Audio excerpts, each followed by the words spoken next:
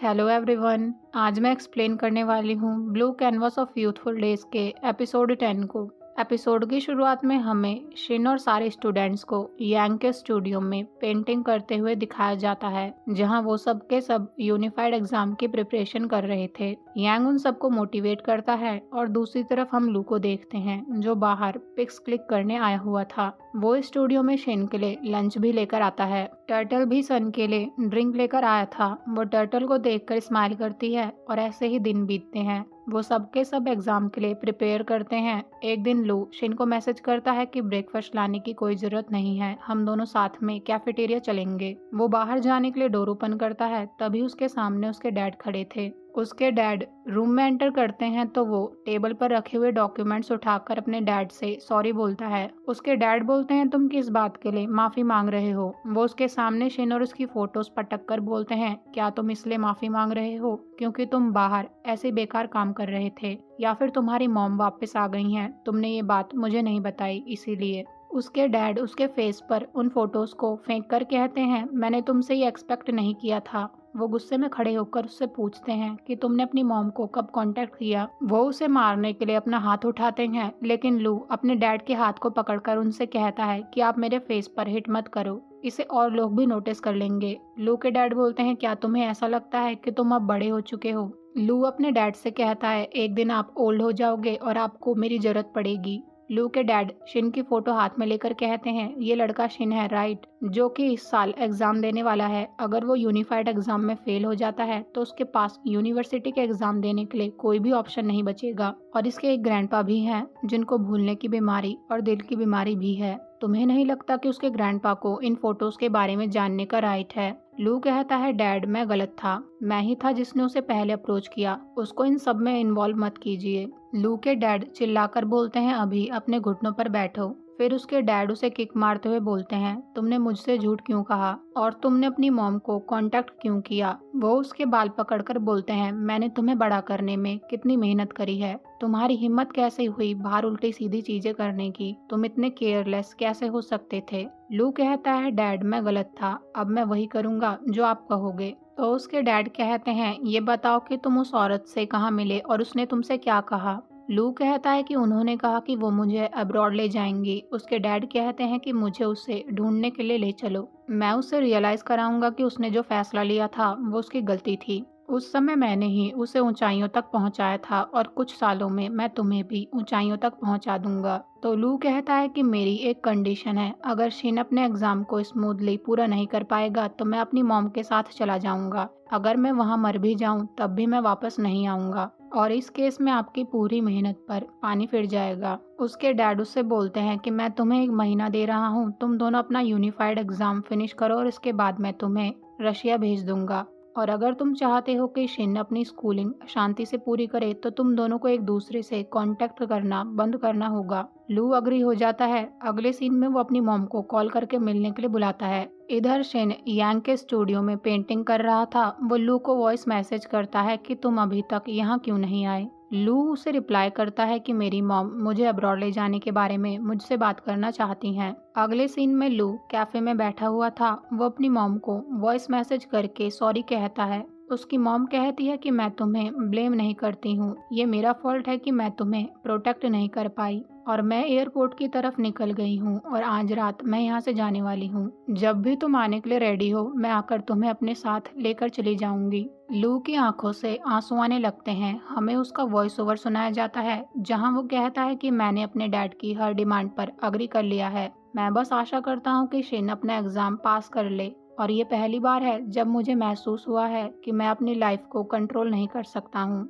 और मेरे पास पावर भी नहीं है कि मैं उस पर्सन को प्रोटेक्ट कर पाऊँ जिससे मैं प्यार करता हूँ। इसके बाद हम लू को उसके डैड के साथ देखते हैं जहाँ वो लू से बोलते हैं कि मैं तुम्हें आधा महीना दे रहा हूँ, जब एग्जाम ओवर हो जाएंगे मैं तुम्हें स्टडी के लिए अब्रॉड भेज दूंगा। लू हाँ बोलकर कार से उतर जाता है। वो शिन के लिए वेट कर रहा था। शिन जब वहाँ आता है तो उससे बोलता है कि आज कहाँ से सूरज निकला है जो तुम इतनी जल्दी उठ गए। लू उससे कहता है कि अब मेरे ऊपर एग्जाम का प्रेशर नहीं है, इसलिए मैं अपने बॉयफ्रेंड की केयर करना चाहता हूँ और अब से मैं तुम्हारे लिए डेली ब्रेकफास्ट लेकर आऊंगा। शिन उससे कहता है कि क्या तुम अब सीनियर बाई के साथ डॉक्यूमेंट्री प्रोजेक्ट पर काम नहीं कर रहे हो? लू कहता है वो तो सिर्फ एक हॉबी है, तुमसे ज़्यादा इम्पोर्टेंट मेरे लिए कोई भी नहीं है। वो दोनों स्माइल करके एक दूसरे का हाथ पकड़कर स्टूडियो की तरफ जा रहे थे। एक आदमी उन दोनों की वीडियो बना रहा था। वो वू नाम के लड़के को कॉल करके कहता है कि जो लड़का उस दिन कैमरा लेकर हमारे एरिया में रिकॉर्डिंग कर रहा था, ऐसा लगता है कि वो शिन के क्लोज है। अगले सीन में लू यांग से बोलता है कि मैं यूनिवर्सिटी एंट्रेंस एग्जाम में पार्टिसिपेट नहीं करने वाला हूँ।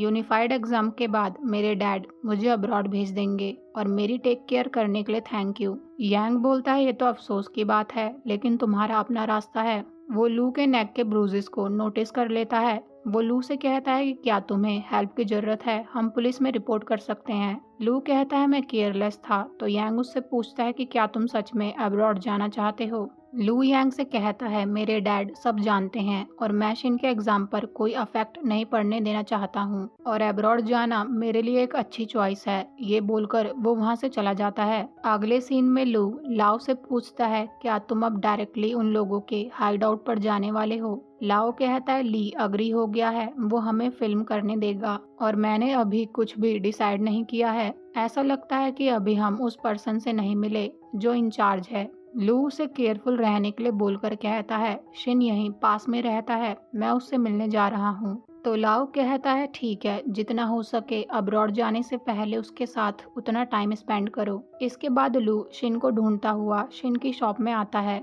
शिन के ग्रैंडपा लू को पहचान लेते हैं और बोलते हैं तुम बैठो, मैं तुम्हारे लिए खाना कुक करता हूँ और अभी तुम जाकर टैन के साथ प्ले करो, वो घर पर ही है। अगले सीन में लू और टैन डिनर टेबल सेट कर रहे थे। बाहर एक पैकेज शिन के घर पर कोई डिलीवर करने आता है। शिन के ग्रैंडपा पैकेज पिक करने चले जाते हैं। उनके वहां से जाने के बाद टैन स्माइल करके लू से पूछता है क्या वो तुम ही हो जो शिन के साथ। वो आगे कुछ बोलता। लू कहता है कि ग्रैंडपा अभी यहाँ पर हैं। टैन लू से बोलता है कि मैंने शिन से पूछा था लेकिन उसने मुझे कुछ भी नहीं बताया और वो इतनी जल्दी वापस नहीं आने वाला क्योंकि वो एक्स्ट्रा क्लासेस ले रहा है। शिन के ग्रैंडपा पैकेज ओपन करते उससे पहले ही लू उनसे कहता है कि पहले डिनर कर लेते हैं। शिन के ग्रैंडपा ने पैकेज में कुछ तो देखा था। वो डिनर टेबल पर लू को बड़े ध्यान से देखते हैं। कुछ समय बाद शिन भी वहां आ जाता है जहां शिन के ग्रैंडपा उन दोनों को प्यार से बात करते हुए देख रहे थे।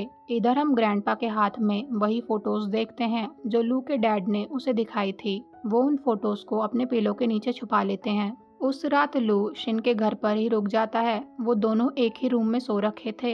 लू शिन के क्लोज आकर पूछता है क्या कल तुम्हारा स्टूडियो का ऑफ है। तो शिन हाँ बोलकर लू से कहता है कि ग्रैंडपा घर पर ही हैं, इसलिए केयरफुल रहो। लू शिन से दूर हो जाता है तो शिन उससे पूछता है कि तुम्हारी मॉम ने तुमसे क्या बोला।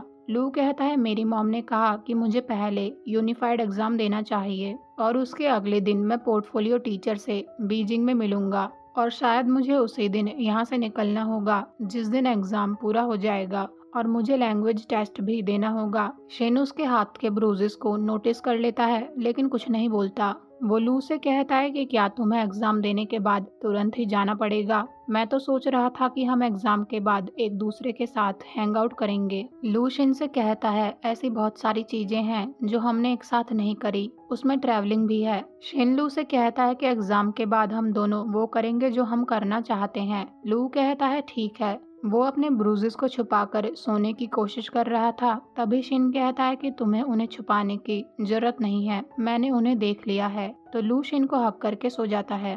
अगली सुबह जब शिन की नींद खुलती है तो लू एग्जाम के मार्क्स की कैलकुलेशन कर रहा था। शिन उससे कहता है कि तुम्हें ये करने की जरूरत नहीं है। तो लू कहता है कि मैंने यांग से प्रॉमिस किया है कि मैं यूनिफाइड एग्जाम में टॉप स्पॉट अचीव करूंगा। शिन लू से कहता है कि तुम तो स्टूडियो भी नहीं आते हो तो ये कैसे कर पाओगे।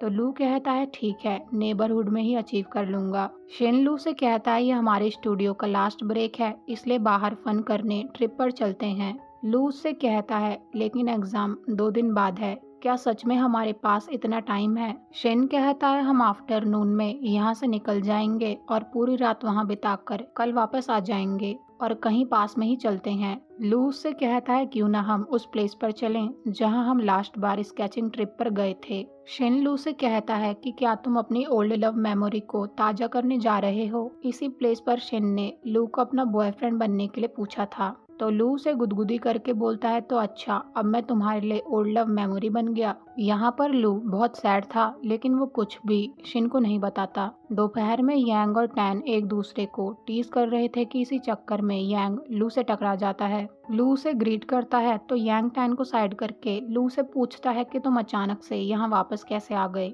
लू कहता है, मैं शिन के लिए वेट कर रहा हूँ, हम दोनों स्केचिंग ट्रिप पर जा रहे हैं। यांग लू से कहता है कि तुम दोनों केयरफुल रहना और एग्जाम्स आने वाले हैं तो अपने हाथों की केयर करना। ये बोलकर वो टैन के साथ वहाँ से चला जाता है। टैन यांग से गुस्सा हो जाता है। यांग उससे बात करना चाहता था, लेकिन टैन अपने कान की मशीन निकालने वाला था कि तभी यांग उसे रोक देता है। वो टैन से कहता है कि तुम हर बार ऐसा नहीं कर सकते हो जब भी तुम अपसेट होते हो। यांग को पता चल गया था कि टैन क्यों उससे अपसेट है। वो उससे कहता है कि मैं एक टीचर हूँ, मैं अपनी पर्सनल लाइफ के बारे में अपने स्टूडेंट्स को नहीं बता सकता और मेरे कुछ पर्सनल मैटर्स हैं जिनके बारे में मैं नहीं चाहता कि वो जाने, और मुझे नहीं लगता कि इसमें कुछ गलत है। टैन यांग से पूछता है, क्या तुम्हें मेरे साथ रहना एम्बैरेसिंग लगता है? यांग कहता है, नहीं, मैंने कभी भी ऐसा कुछ नहीं सोचा है और हम दोनों ने इस बारे में अभी तक प्रॉपरली बात नहीं करी है। हम दोनों के जीने का तरीका अलग है, लेकिन इसका मतलब ये नहीं है कि मैं नहीं चाहता कि तुम मेरे दोस्तों से मिलो। टैन बोलता है, लेकिन अभी कुछ देर पहले तुमने मुझे लू के सामने इंट्रोड्यूस नहीं किया। यांग बोलता है, मैंने तुमसे बोला लू मेरा स्टूडेंट है। टैन अभी भी यांग से गुस्सा था, तो यांग उससे कहता है कि चलो कुछ खाने के लिए चलते हैं। तुमने बोला था कि मैं तुम्हारे साथ ज्यादा टाइम स्पेंड नहीं करता हूँ, क्यों ना हम दोनों साथ में जू विजिट करते हैं। टैन उसे ना बोलने लगता है, लेकिन यांग उसे मनाए बिना कहाँ ही मानने वाला था। इसके बाद हम यांग और टैन को साथ में एंजॉय करते हुए देखते हैं। जहाँ वो बहुत फन करते हैं, वहाँ पर हमें उनके बहुत प्यारे और ब्यूटीफुल मोमेंट्स भी दिखाए जाते हैं। घर आने के बाद यांग टैन को जो उसने कपल स्वेटर खरीदी थी वो दिखाता है। वो टैन से बोलता है कि मैंने इन्हें ऑनलाइन देखा और मुझे ये क्यूट लगी तो मैंने इन्हें खरीद लिया। टैन अजीब सा फेस बनाता है तो यांग टैन को टीज करने लगता है कि क्या तुम मुझ पर हंस रहे हो। यांग टैन से बोलता है, क्यों ना तुम मेरे साथ मूव इन होकर मेरे साथ ही रहो। टैन कहता है, मैं शिन के एग्जाम फिनिश होने के बाद ही ऐसा कर पाऊंगा, नहीं तो ग्रैंडपा की टेक केयर करने वाला कोई नहीं होगा। यांग टैन से बोलता है, ठीक है, एग्जाम्स के बाद मैं तुम्हारे साथ मूव इन हो जाऊंगा। तो टैन यांग से बोलता है कि तब तो तुम्हें शिन को रेंट पे करना होगा। यांग उससे टीज करके बोलता है कि तुम किसकी साइड हो, तुम हमेशा ही उसकी साइड लेते हो। इसके बाद शिन अपने ग्रैंडपा से ये बोलकर लू के साथ चला जाता है कि आज रात मैं बाहर ही रहने वाला हूँ क्योंकि मेरे कुछ प्लान्स हैं। इसके बाद लू और शिन दोनों बस से ट्रिप पर निकल जाते हैं। लू ने आंखें बंद करी हुई थी तो शिन उसके चीक पर उसे किस करता है। उसके बाद लू शिन के शोल्डर पर अपना सिर रखकर सो जाता है। अगली सुबह वो दोनों सनराइज देखने जाते हैं, जहां लू इतना थक गया था कि वो वॉक भी नहीं कर पा रहा था, लेकिन शिन उसे फाइनली सनराइज दिखाने ले जाता है। सनराइज हो जाता है, वो दोनों वादियों में शाउट करते हैं। शिन जोर जोर से चिल्लाते हुए कहता है कि 1 साल बाद मैं और लू दोनों ही एक यूनिवर्सिटी में होंगे और हम दोनों वही करेंगे जिस चीज से हम प्यार करते हैं और उसी से प्यार करेंगे जिससे हम प्यार करना चाहते हों। वो दोनों साथ में बहुत खुश थे। यहाँ पर हमें लू का वॉइस ओवर सुनाया जाता है, जहाँ वो कहता है कि शिन, एग्जाम के कुछ दिन बाद मैं जानता हूँ कि तुम मुझे ब्लेम करोगे कि मैंने तुमसे बार बार झूठ बोला, लेकिन फ्यूचर में तुम बहुत खुश और जॉयफुल रहोगे और उस चीज को परस्यू कर पाओगे जिससे तुम सबसे ज्यादा प्यार करते हो और कोई भी तुम्हें नहीं रोक पाएगा, मैं और मेरा प्यार भी नहीं। ट्रिप से वापस आते वक्त शिन सो रहा था तो लू उसके साथ सेल्फी लेता है। वो उसकी फोटोज भी क्लिक करता है। तभी शिन के मोबाइल पर कॉल आ रहा था तो लू शिन को बिना डिस्टर्ब करके कॉल पिक करता है। कॉल पिक करने के बाद वो कुछ नहीं बोल पाता। उसके फेस पर हम डर और सैडनेस दोनों देखते हैं। वो शिन को उठाकर बोलता है कि तुम्हारे मोबाइल पर कॉल आया था और मैंने वो कॉल पिक किया, तुम्हारे ग्रैंडपा का एक्सीडेंट हो गया है। और ये एपिसोड यहीं पर एंड हो जाता है। मिलते हैं अगले एपिसोड में। Thank you so much for watching.